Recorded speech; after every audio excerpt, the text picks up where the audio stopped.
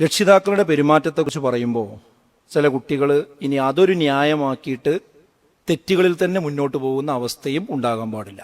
ഇതൊക്കെ കേൾക്കുമ്പോൾ എൻ്റെ വാപ്പനോട് മര്യാദയ്ക്ക് പെരുമാറാത്തതുകൊണ്ടാണ് ഞാൻ ഇങ്ങനെ ആയത് എന്ന് വിചാരിച്ചത് ആനുകൂല്യമായിട്ട് എടുത്തു പോകാനും കുട്ടികൾ പാടില്ല. കുട്ടികൾ അറിയേണ്ട ഒരു കാര്യം എന്താണെന്ന് വെച്ചാൽ, നിങ്ങൾ പഠിക്കാൻ അവസരം കിട്ടിയ കുട്ടികളാണ്. എന്നാൽ ഒരുപക്ഷെ നിങ്ങളുടെ രക്ഷിതാവിന് അതിന് അവസരം കിട്ടിയിട്ടുണ്ടാവില്ല, ഈ വിദ്യാഭ്യാസം കിട്ടിയിട്ടുണ്ടാവില്ല. അപ്പോൾ അതിൻ്റെതായ ചില പ്രശ്നങ്ങൾ അവരിലെ പെരുമാറ്റത്തിലും പ്രയോഗങ്ങളിലും ഒരുപക്ഷെ ഉണ്ടായിരിക്കാം.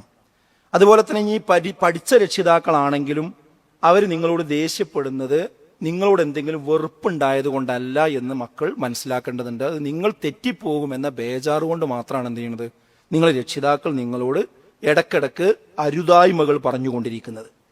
ഇനി ദേഷ്യപ്പെടാൻ എന്തെങ്കിലും കാരണം നമ്മിൽ നിന്നുണ്ടാകുന്നുണ്ടോയെന്നും കുട്ടികൾ എന്ത് ചെയ്യണം, പരിശോധിക്കണം. എൻ്റെ വാപ്പയും ഉമ്മയും എപ്പോഴും എന്നോട് ദേഷ്യപ്പെടാൻ എൻ്റെ അടുത്ത് എന്തെങ്കിലും തകരാറുണ്ടോ എന്ന് കുട്ടികൾ എന്ത് ചെയ്യേണ്ട ആലോചിക്കണം. അങ്ങനെ ഉണ്ടെങ്കിൽ ആ തകരാറ് നമ്മൾ തിരുത്തണം. കാരണം എന്താ വെച്ചാൽ, അവരുടെ കോപം, രക്ഷിതാക്കളുടെ കോപം നമുക്ക് നേരെ ഉണ്ടായാൽ അത് ചില്ലറ പരിക്കല്ല നമുക്ക് ഉണ്ടാക്കുക. എന്താ റസൂലുള്ളാഹി പറഞ്ഞത്? റിളർ റബ്ബി ഫി റിളൽ വാലിദ്, അള്ളാഹുവിന്റെ തൃപ്തി മാതാപിതാക്കളുടെ തൃപ്തിയിലാണ്. വസഖ്തു റബ്ബി ഫി സഖ്തിൽ വാലിദ്, അള്ളാഹുവിന്റെ കോപം മാതാപിതാക്കളുടെ കോപത്തിലാണെന്നാണ്. അത് മാതാപിതാക്കൾ കോപിച്ചാൽ അള്ളയും കോപിക്കും നമ്മളോട് എന്നുള്ള ഗൗരവം എന്ത് ചെയ്യണം, കുട്ടികൾ ശ്രദ്ധിക്കേണ്ടത്. അവര് മെഴുകുതിരി പോലെ ഉരുകിത്തീരുന്നത് നമുക്ക് വേണ്ടിയാണ് എന്ന് നമ്മൾ മനസ്സിലാക്കണം. എന്തിനാ വാപ്പ രാവിലെ മുതൽ രാത്രി വരെ കച്ചവടം നടത്തുന്നത്? എന്തിനാണ് നമ്മുടെ വാപ്പ 20 വർഷമായിട്ട് ആ മണലാരണ്യത്തിൽ നിന്ന് പോരാതെ കഠിനാധ്വാനം ചെയ്തുകൊണ്ടിരിക്കുന്നത്? എന്തിനാണ് എൻ്റെ വാപ്പ ആ പ്രയാസമുള്ള ദിവസത്തും പനിയും ജലദോഷമുള്ള സമയത്തും ഒരു മുണ്ട് തോളിലേക്ക് എടുത്തു വെച്ച് ആ അങ്ങാടിയിൽ പോയി ആ ചുമട് ഏറ്റിക്കൊണ്ടിരിക്കുന്നത്? എന്തിനാണ്? നിങ്ങൾ ഒഴിഞ്ഞു നിൽക്കുമ്പോൾ നിങ്ങളെ വാപ്പാന്റെ ഈ ചെവി, ഈ ഒരു തോളുമാകും നോക്കിയാൽ മതി, അവിടെ തഴമ്പുണ്ടാവും. ആ തഴമ്പുണ്ടായത് ആർക്ക് വേണ്ടിയാണ് നിങ്ങൾ ആലോചിക്കണം. വാപ്പാക്ക് മാത്രം ഭക്ഷണം കഴിക്കാനല്ല, നിങ്ങളെ വളർത്താൻ കൂടിയാണ് എന്ന് ഓർമ്മ നമ്മുടെ മക്കൾക്കുണ്ടാകണം. നിങ്ങളുടെ വാപ്പക്കും ഉമ്മക്കും എന്തൊക്കെ പരിക്ക് പറ്റിയിട്ടുണ്ടോ, നിങ്ങളുടെ ഉമ്മയുടെ കൈ നിങ്ങളൊന്ന് പിടിച്ചു നോക്കൊണ്ടു. ആ കയ്യിൽ ഒരുപാട് തഴമ്പുകൾ ഉണ്ടാവും, ഒരുപാട് പ്രയാസങ്ങൾ ഉണ്ടാവും.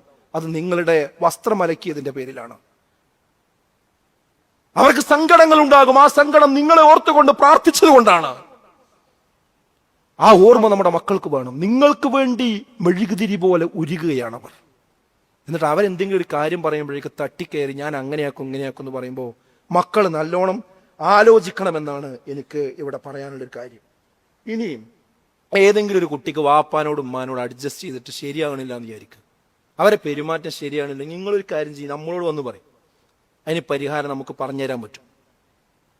ഞാൻ ഭയങ്കര ശ്രദ്ധിച്ചിട്ടും ജീവിക്കണം, എന്നാലും എനിക്കൊരു സ്വൈരവും പെരയിലില്ല എന്നൊരു കുട്ടിക്ക് തോന്നുന്നുണ്ട്, നിങ്ങളിവിടെ വരും, നമുക്ക് പറഞ്ഞുതരാം, പരിഹാരം ഉണ്ടാക്കാം. വേഗം കയറെടുത്ത് തൂങ്ങല്ല, വേഗം മതിൽ ചാടുകയല്ല, വേഗം ഇറങ്ങിപ്പോകല്ല. ഇപ്പൊ ഒരു കുട്ടി പറഞ്ഞു 18 വയസ്സായ ഞാൻ ഇവിടുന്ന് ഇറങ്ങുന്ന, അതല്ല ഇതിന് പരിഹാരം. അതൊക്കെ അവസാനം നമ്മൾ ഏറ്റവും വലിയ ഗർത്തത്തിലേക്കാണ് പോവുക. അള്ളാഹു നമ്മുടെ മക്കളെ കാത്ത് രക്ഷിക്കുമാറാകട്ടെ.